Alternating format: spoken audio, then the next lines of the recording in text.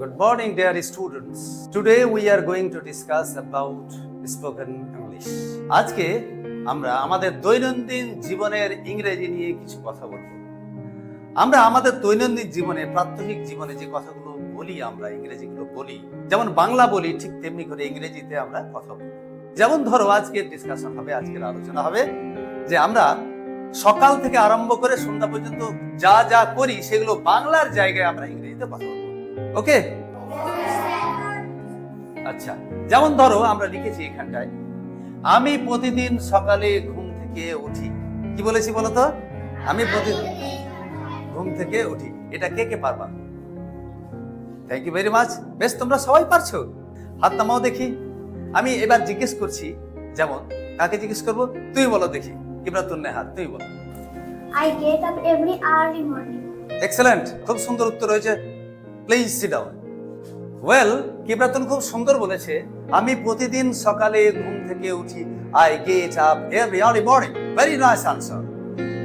Now the second question is, আমি দাঁত পরিষ্কার করি। ঘুম থেকে ওঠার পর দাঁত পরিষ্কার করি তো? আমি দাঁত পরিষ্কার করি। কে পারবে দেখি তোমাদের মধ্যে? তুমি বলো। I brush my teeth.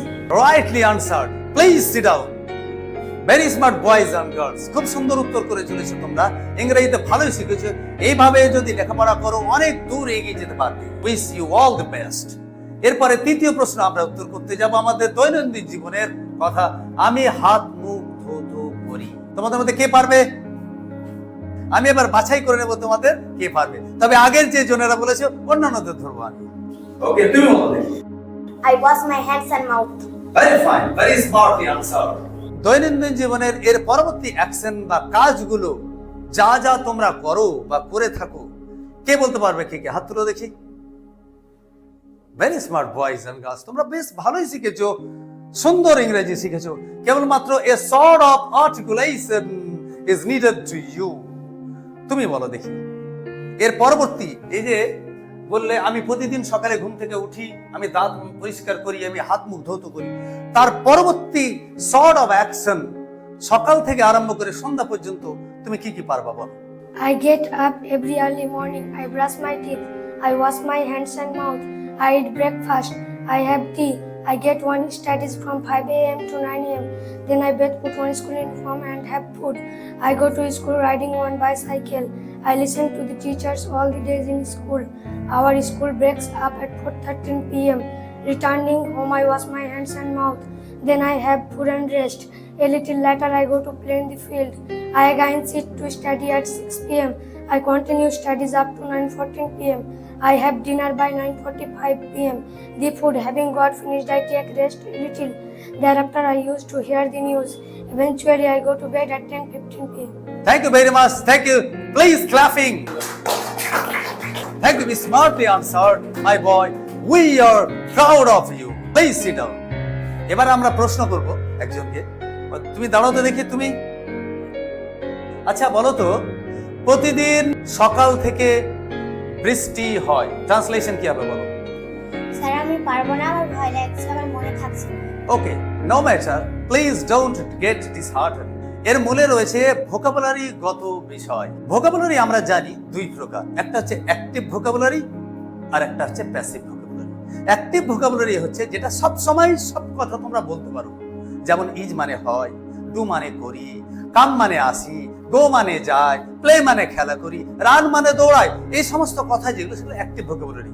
এগুলোর অর্থ কোনো টেনশন কাজ করে না, সমস্ত টেনশন ওভার পাওয়ার করে যায় এই সমস্ত প্রশ্নের ক্ষেত্রে। এটা অ্যাক্টিভ ভোকাবুলারি হয়ে যায় বলেই। আর প্যাসিভ ভোকাবুলারি হচ্ছে তুমি উত্তরটা জানো, তুমি বলতে পারছো, কিন্তু স্যারের সামনে নয়, টেনশনের সময় নয়। তুমি অকপটে জানো, তোমার এটা অ্যাক্টিভ ভোকাবুলারি হয়নি বলে তুমি সবসময় বলতে পারো না। এই হচ্ছে আসল বিষয়টা। আচ্ছা, এই কেসটা কি সবার জন্য? কেউ বলবে কি কিছু এই বিষয়ে? Sir, would you please tell us why this happens? হ্যাঁ স্যার, এইরকম কেন হয়?